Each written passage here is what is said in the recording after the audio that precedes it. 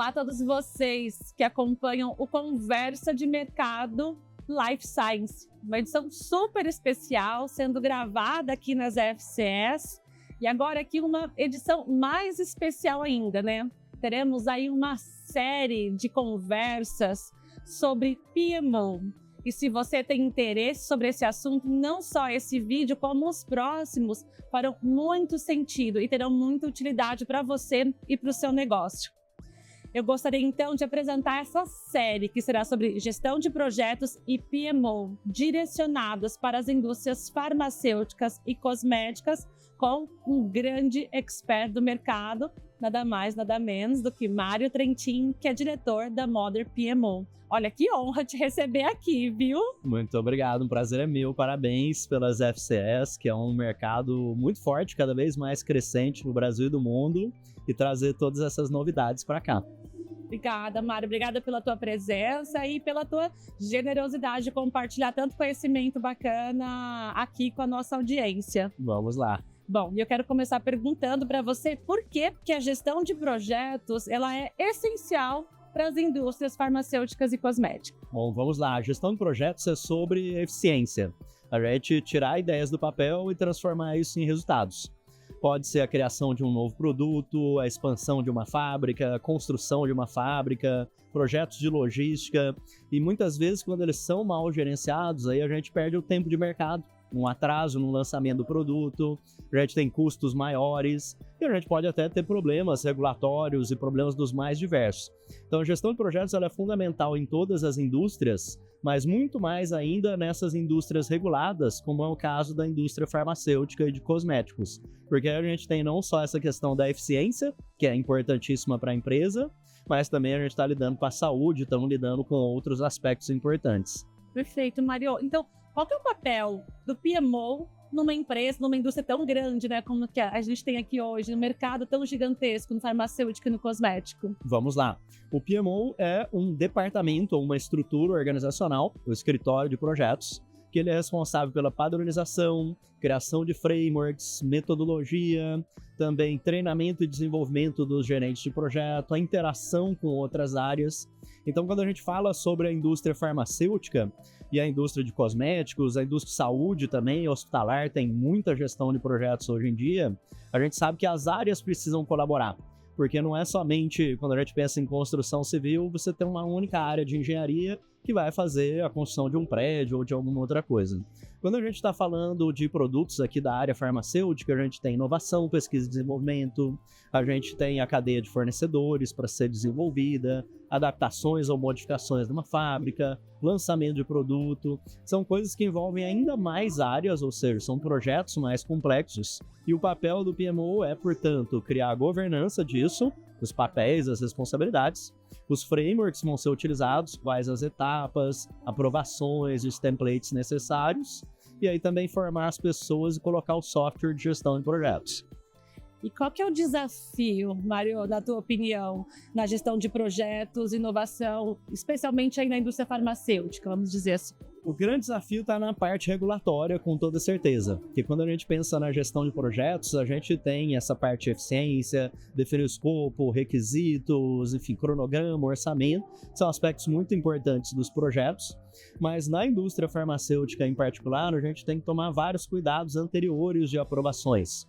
Não podemos simplesmente estar desenvolvendo um determinado tipo de produto com abordagens até mais rápidas ou abordagens mais ágeis, mas que poderiam quebrar etapas de regulamentações, por exemplo.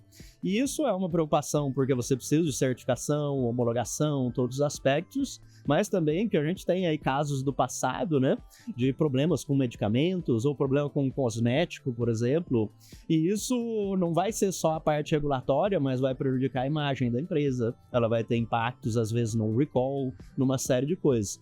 Então, o escritório de projetos e a gestão de projetos nestas áreas particulares de cosmético, farmacêutico, ele precisa ter um entendimento muito grande, uma relação com a gestão da qualidade, com os stakeholders, com a regulamentação, até mesmo com as outras cadeias envolvidas ali ao redor daquele produto específico que está sendo criado, mas é um ecossistema até a gente chegar ao cliente final, né? Mário, e dá para melhorar a eficiência, então, nas fábricas? Dá para melhorar demais. Acho que o principal impacto assim, mais evidente do escritório de projetos é nesse sentido da eficiência. Então, o desafio está lá no regulatório que a gente falou, de uma série de questões aí particulares desse tipo de desenvolvimento, mas a eficiência significa que a gente consegue executar mais projetos, a execução do CAPEX, mais projetos de inovação, mais projetos de novos produtos de uma maneira eficiente. Uma coisa que é muito evidente nas empresas que não têm uma boa gestão de projetos é que elas não têm a visibilidade de todos os projetos, e aí elas têm uma competição de recursos muito grande. As pessoas da empresa, ou às vezes laboratórios, outros recursos. E aí quando a gente não tem essa visibilidade, os projetos começam a se atrasar e se acumular. Porque, por exemplo, se a gente pensar aqui no nosso podcast, né? Se a gente tivesse 20 podcasts ao mesmo tempo e todos estivessem contando com a Nádia, a gente não ia conseguir fazer ao mesmo tempo. Tem um problema, tem um Eles vão estar atrasados. Mas como não existe um agendamento único muitas vezes na empresa, ele não sabe disso. Aí uma coisa atrasa outra e no final fica tudo atrasado. Então vem a questão de ter uma governança, uma metodologia, mas também um software único, que é uma central de verdade. A gente chama esses softwares de EPM, Enterprise Project Management, como se fosse um ERP da gestão de projetos. Tudo que é projeto, cronograma, pessoas, recursos desses projetos está dentro do mesmo software. E lembrando, né, Mário, que são indústrias que lidam com coisas sensíveis, né? Medicamentos, a própria indústria cosmética. Então tem que ter uma logística muito bem organizada, então tem que ter uma boa gestão de projetos muito bem feita para não ter danos ou, enfim, não prejudicar a segurança desses produtos, né? Com toda certeza. E fala um pouco para mim, quais são as melhores práticas, então, para gerenciar a logística desses produtos farmacêuticos e cosméticos, na tua opinião? É muito importante a gente entender a cadeia como um todo, então fazer o desenho ali da cadeia de valor, mas além de todos esses aspectos que a gente falou nas perguntas anteriores, tem a questão da continuidade. Porque a indústria farmacêutica e cosmética é muito importante que a gente tenha confidencialidade, propriedade intelectual, uma série de coisas ali, que afinal de contas você tem um grande investimento no medicamento, enfim, uma coisa cosmética, você precisa depois proteger aquilo de alguma maneira, então a confidencialidade das informações é muito importante. E a gente precisa selecionar também produtos, fornecedores, insumos, uma cadeia de valor, que isso depois vai ganhar escala e vai se manter. Porque senão eu vou desenvolver alguma coisa, eu começo a fazer umas unidades, depois não tenho mais esse fornecedor. Ou eu tenho essas unidades, eu não consigo distribuir essa coisa. Então, estamos falando de grandes empresas muitas vezes, né? Mas até uma pequena empresa, ela precisa se preocupar com a continuidade do negócio, uma boa prática importantíssima. Aí a gente precisa pensar em gestão de riscos, backups, sejam fornecedores ou mesmo a facilidade de desenvolver, modificar, replicar aquilo ali. Se forem projetos de manutenção, nos preocuparmos com a padronização disso também, porque aí eu também vou ter um parque de equipamentos e uma série de coisas. E a gestão de projetos considera tudo isso. Então, já na etapa antes do projeto, chamamos de viabilidade, a gente constrói o caso de negócio, ou business case, que considera todos esses aspectos dos benefícios, os investimentos que nós vamos ter durante o projeto e após o projeto, que é o ciclo de vida do produto. Mário, sensacional a tua presença aqui. Queria agradecer você aí dessa pílula de conteúdo no Conversa de Mercado, mas já vou deixar a audiência aí que tem mais. Mas, por favor, compartilha com a gente as suas mídias sociais e como que a nossa audiência, o pessoal que está acompanhando aqui o programa, pode te encontrar. Vamos lá. Bom, pode me encontrar lá no LinkedIn, Mário Trentin, no LinkedIn, ou também no Instagram, que é a mesma coisa, Mário Trentin. E você pode visitar casos, exemplos, práticas e templates em www.modernpmo.com.